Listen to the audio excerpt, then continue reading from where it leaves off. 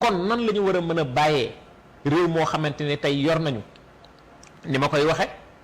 or mu ngi fi marbre mu ngi fi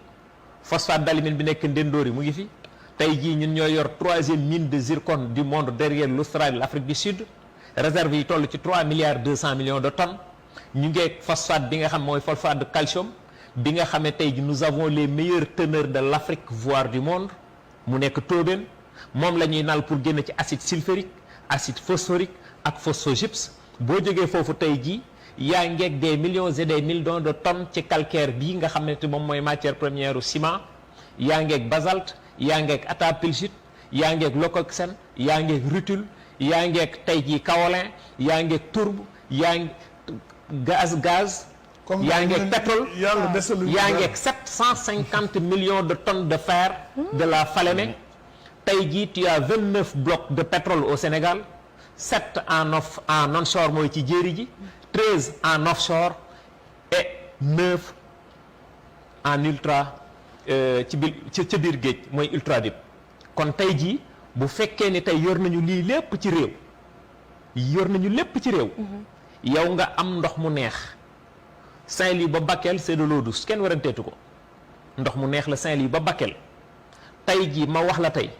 ndox mu neex biy jóge ci fleuve Sénégal di reversé wu ci océan Atlantique bi débee mu ngi toll ci 640 mètres cubes à la seconde cela veut dire que ni ci année bi Sénégal dina jël ci ndox mu neex moomu di ko xoole muy këpp ci océan Atlantique bi mu ngi toll ci 20 milliards de mètres cubes ndox mu neex te am nañ fi canal du Cayor am nañ fi canal du Baol dégg nañ fi les vallées fossiles kon du ndox moom mooy suñu problème tey boo jëlee loolu yépp nag tey jii nga tënk ko quand on parle de fer tey jii lan la mën a def ci àdduna ko fusion mooy métallurgie on parle de sidérurgie lan la fer mën a def tey ci àdduna nga xool sunu mbokk mauritaniens yi il exploite 10 millions de tonnes de fer par année mu leen di rapporter plus de 350 milliards yow nga yor 750 millions de tonnes de fer c'est le fer de la Falémé tey jii nga toog yow amul lenn loo xam ne war ngaa nasaka nocc fi ma toog di wax ak yow nii dañu war a dem sur l'exploitation pétrolière et gazière yan paramètres la ñu teg sur le pétrole yan paramètres la ñu teg pour le gaz mais jàpp naa ni tey jii kon bu ñu demee ba nga xamante ni dañuy wax problème mu relance lan ngay relancer parce que wax naa la ko léegi limal lii yépp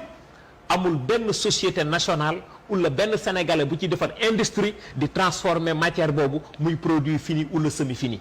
kon bu ñuy relancer lan la ñuy relancer yépp 10% 15% 5% 10% 5% 15% di dunde TVA c'est dommage c'est regrettable mais je ne pense pas que ni mën nañu progresser ci longueur bi nga xam ni foofu la ñu toll tey en fait bu ma doon géej bu ma nee xam ne lapp nañu parce que endettement bi moom moo ñu def nii xam nga fu ñuy waxee 90 milliards par mois ñu war koy génne dina doy trop waar ci fi ñu toll nii tey jii moo tax d'ailleurs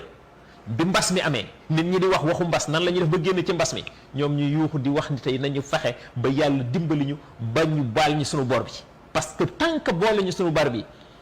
ndox mi